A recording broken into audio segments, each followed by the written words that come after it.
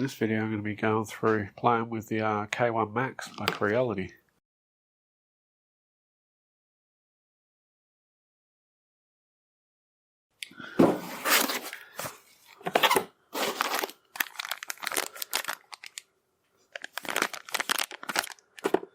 There's a couple of bits and pieces.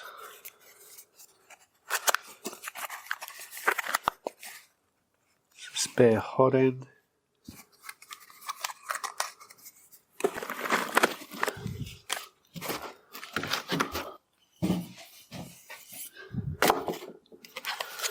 Now they give you a spool of the Hyper Series filament. Yeah, this printer pretty much won't print at 600mm a second. With normal PLA, you need to have this Hyper Series filament. People have pushed the printing speeds higher with PLA, but you've got to really increase the nozzle temperature and stuff.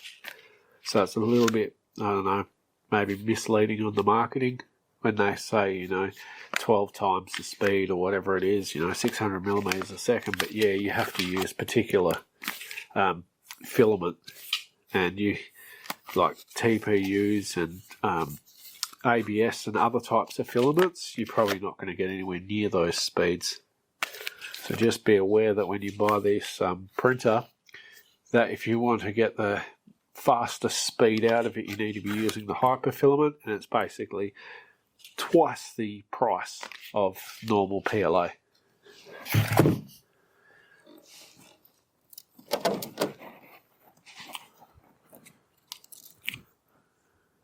Yeah, it's interesting to give you glue stick, because usually these plates you don't need to use glue stick. But maybe this type of plate you do. It does feel very smooth. I prefer to use these types of plates. These stick really well for PLA. So we'll just whack him in there. Very nice. So these are off my CRX machines, and yep, they look like they fit nice. So these are 310 by 320. You'd probably get away with a 310 by 310 sheet,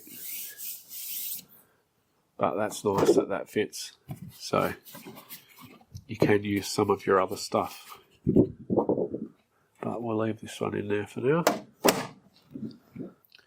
Now there's some other issues that you'll find with this printer.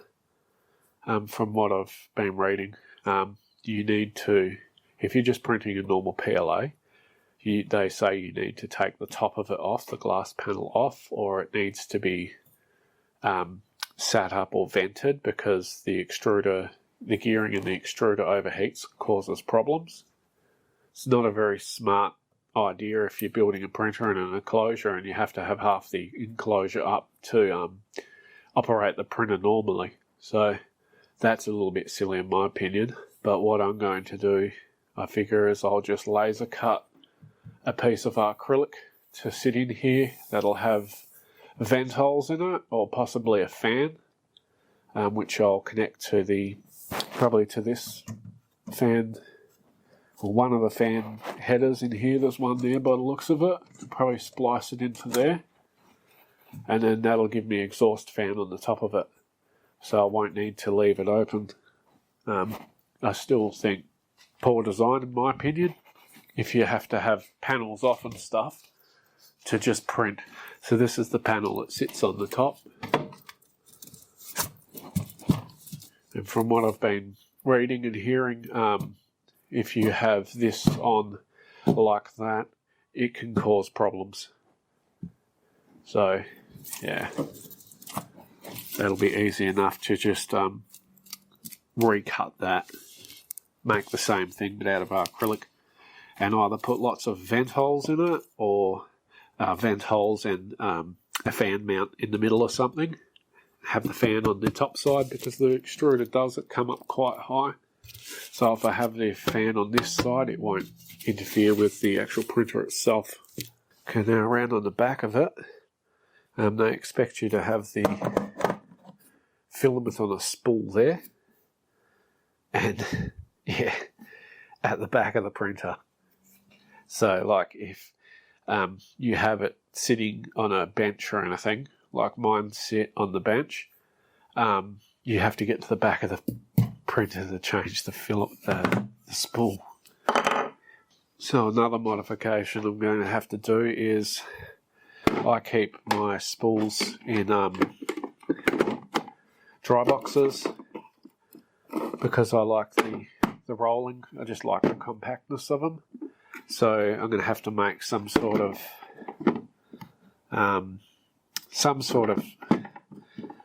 attachment or something to get the filament to the side or maybe the top, and then run it down to like there. Potentially move this. So yeah, what I might do is have it sit up on the top or something like that, and then have it connect into there. Maybe potentially move this off to the side. It will require modification, but I certainly don't want the spool sitting on the back. We've got the screen.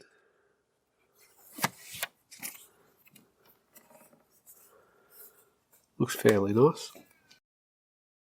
It's a little bit tough to get in. Just go easy with it, so you don't break it.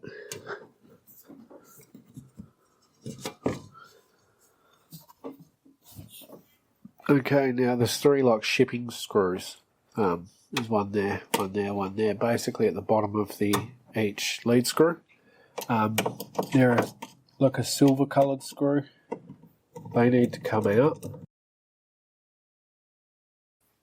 They're basically that long. Alright, let's power it up.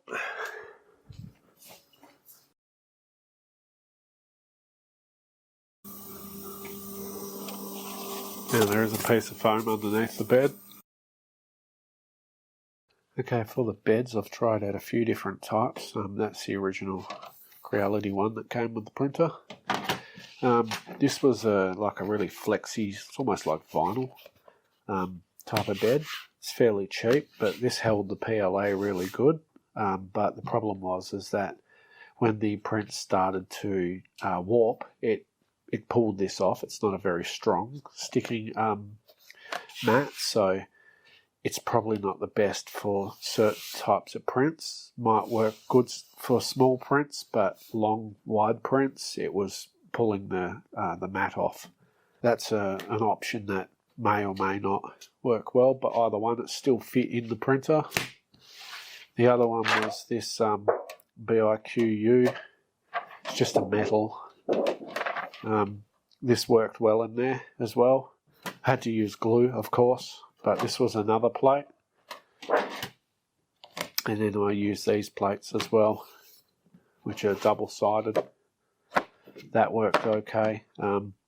This is the plate that I used to get this nice glass finish on prints. So that one worked as well. And then the glass plate off my CRX, or the CRS10 Pro V2, I think the model is.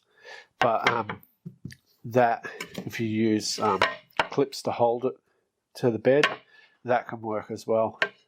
And this is just a piece of glass. So this makes the printing surface extremely flat compared to their warped beds.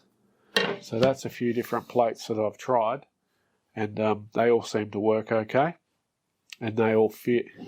The printer's bed has 2 screws at the back of it, which sit there. They're just guides, so you can push that against it and then drop it down. So I took those 2 screws out of the bed and replaced them with flat head ones, so they don't stick up. So that allows me to put flat plates in there like that, so I don't have to worry about the plate lifting up. And then all I do is when I put one of these plates in, I just slide it like that and put my hand on the back of the bed until I can feel it touch, and then I drop it. And then that way I know that I don't go too far and I won't hit nothing at the back. If you want to, you could cut these notches out of your plates, but just taking those 2 screws out, it solves the problem. That's entirely up to you. But either one, all of these plates seem to work well. And yeah, I'm sure others that you can buy will work just as well. All of these plates that I've got are either 310 by 320 or 310 by 310. And they all fit fine. So, you know, if you're looking at using different types of plates on the K1 Max, you can get away with using pretty much any of these types, as long as it fits in there. Now, for the top cover of the K1 Max, we have to take the cover off to let the heat out. I've ended up printing acrylic panel to sit on top. Now, I come up with a couple of different designs. I did this one that has lots of holes in it to let out as much heat as possible. Obviously, you could use this without a fan, but I put the 200 and 120mm fan holes in there. And then I ended up settling on this because this stops more noise. It keeps more noise in. So it was just a solid plate with the 200mm fan mount in there, which is just like that. This works well. I spliced into the case fan, the rear fan at the back of the printer, and made a plug so I can unplug this and take it off. The printer is 24 volts, so I had to use a voltage regulator to step this down to 12. And you need a diode, so this doesn't backfeed power into the system. So you just put a diode on the input of this, so the voltage can only go one way. If you don't have a diode on this, it'll backfeed power and increase the fan speed of the case fan on the machine. So you could, I guess, get a 200mm 24 volt fan, which will solve the entire problem there. But if you do have a 12 volt one like I did lying around, just a voltage regulator and the diode will work perfectly fine. And I set this at 11 volts. And the fan doesn't spin extremely fast. It just creates negative pressure, so it sucks out. So it just removes the heat instead of it being like a passive system, like potentially that. It's more of an active system. I also made one of these plates with the 120mm fan hole in the top of it. And I'll add a link in the video description to the SVGs for these plates. So if you do have a laser cutter, you can download them and cut them yourself. And this is what it looks like on top of the printer. It's fairly simple. Just sits on top like that. Keeps most of the noise in and just plugs in at the back. So that works really well. And as for the filament, I just put a shelf behind the printer with the cartridge that I can get at, and I just connected the tube to the original mounting hole, and then that seems to work fine. Now onto some of the printing results from it. This here's a articulated model that you print in place. The head prints separately to the body, but the body half prints in place. And this model, just the body, normally takes around about 20 hours on my other printers. On the K1 Max, it took 3.5 hours. So it shaved a considerable amount of time off the print. All of the articulation worked perfectly. It is silk PLA, and I'm fairly certain that it was running at 300mm a second. The quality of it is probably better than my other printers, almost. There is a few artifacts on the back there where it finished, but overall that came out really well. So I was rather impressed with that. So yeah, a 20-hour print down to 3.5 hours. So that worked out really well.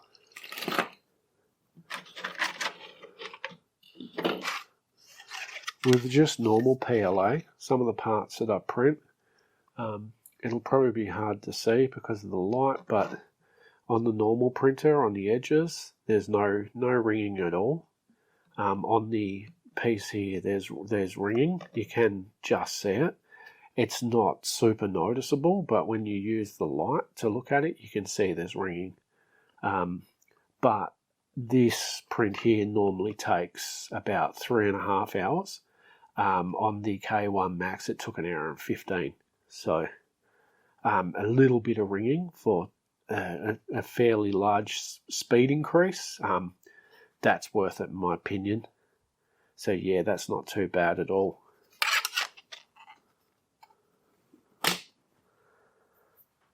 Now, I was having problems with my bed. The bed on my printer when it was shipped is not level. It's anywhere from 1.5 to 2 mil out. So on some of the prints that I do,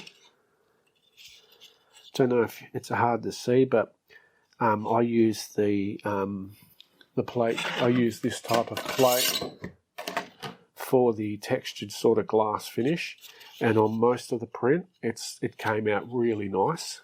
But on one side of it, where it was sitting on the bed like that, on one side of it, you can actually see the layer isn't as smooth. So the bed's been lower here, and you can actually see holes through the print where everywhere else you don't see it. So it's kind of ruined this corner. The camera probably doesn't show it, but you can see it by eye. So what I need to do is level the print bed, and I'll go ahead and do that now, and then I'll come back and we'll see how good that looks. To level it, Creality says to drop the plate all the way down to the bottom, and then put the 3 screws in that you took out when you unpacked it all.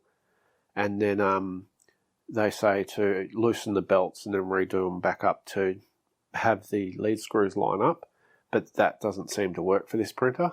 It's obviously just too far out, or whatever it may be. So what I'm going to do is I'm going to level it to the nozzle, and I'm just going to use a bit of rigid plastic that's long, so it's easy to get in and out of under the extruder. And then I'm going to just use a trim tool, put it in between the case and this, and bend it. And then when I pull it out, it's going to loosen all the belts. And that'll allow me to turn the lead screws by hand from the inside, and then I'll just turn it here to raise the bed up and down when I'm doing adjustments. So I'll just turn here to get it so the extruder's touching, and then I will bend this and then turn the lead screws at the front by hand. I won't adjust this one. I'll leave the rear one. I'll just adjust everything to this. So the only 2 lead screws I'll be adjusting are these 2. Before I do any leveling, I'll be heating the bed to 60 degrees, and then I'll go through and do the process. It's fairly simple. And so what I'll do is I'll start by taking the screw out of here, this front one.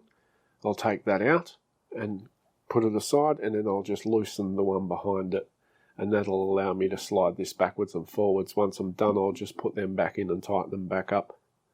And I'll just pull it just a little bit like that. Just give it a little tiny bit of tension to help it while I'm screwing it up. And yeah, that should work. Okay, so now I've heated the bed, because I want to be doing this while the bed's heated, because these things are like bowls. And when you heat them, they bow out in the middle more. But when they're cold, it's literally like a bowl. You could probably hold water in it. So yeah, great bed by Creality. But anyway, we'll start off at the back, and then we'll just move the bed up so it's just touching. Okay, we've got a bit of purchase there. Then we'll see how we do when we come to the front. Yeah, can't even get it through. So what I'll do is I'll just loosen the belts. You'll hear the a click when it skips a tooth on the belt. Still can't fit through, so I'm doing both lead screws at the front at the same time.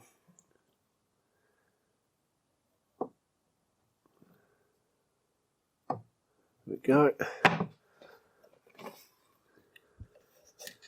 Okay, now we're getting through.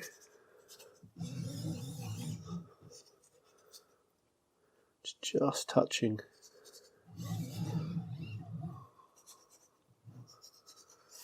Let's It's a little bit better. There's 2 teeth out. We've got some more purchase at the back. Get it above that lead screw. So it's just touching.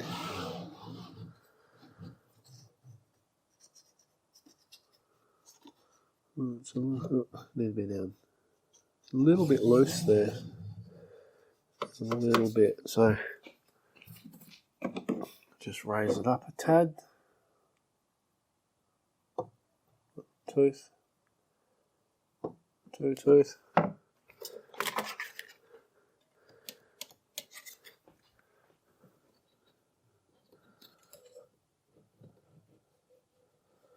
So there we go. Just touching there. Just touching there. And just touching there.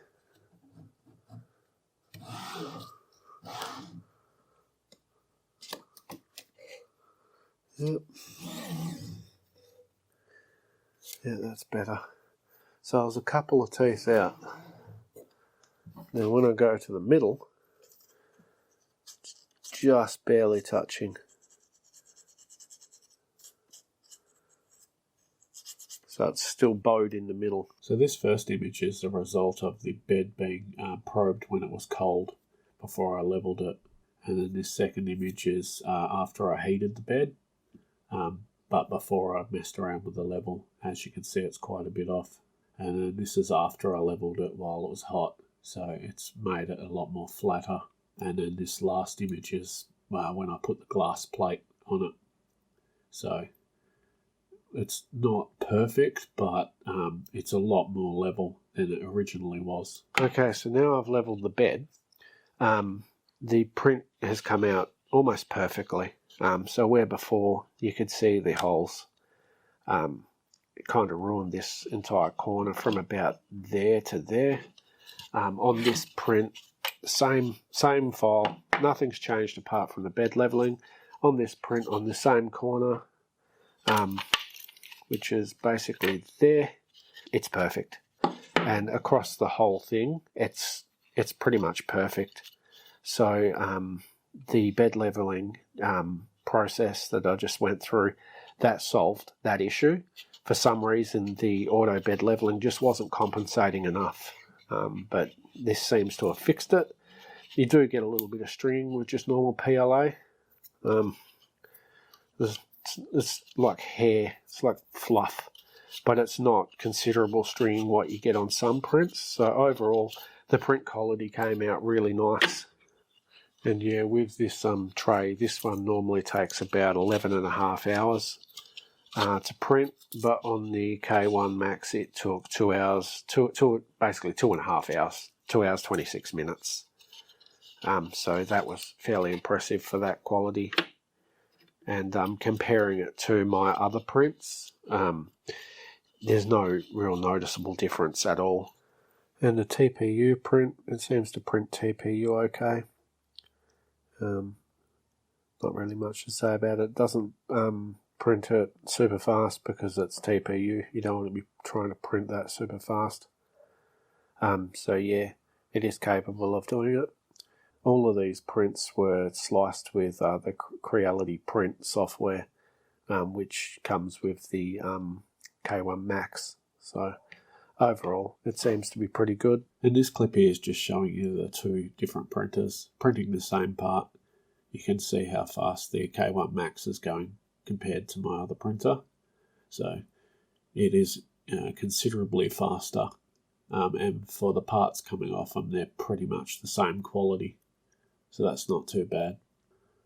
And really, for the final thoughts on it, I think it's a pretty good printer.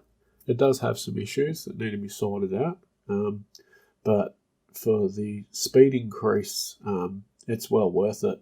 If you're looking to cut down on print times, it's definitely the way to go.